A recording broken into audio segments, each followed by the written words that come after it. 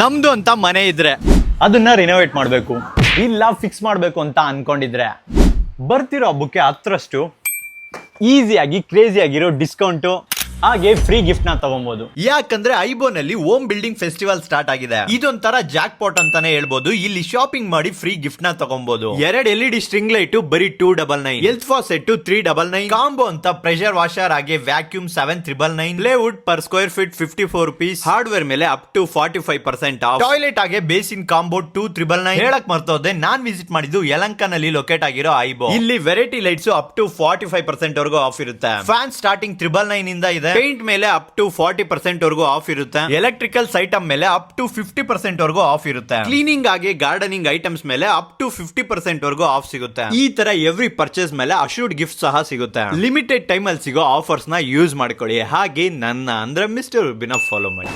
ಉಪ್ಪಿಗಿಂತ ರುಚಿ ಬೇರೆ ಇಲ್ಲ.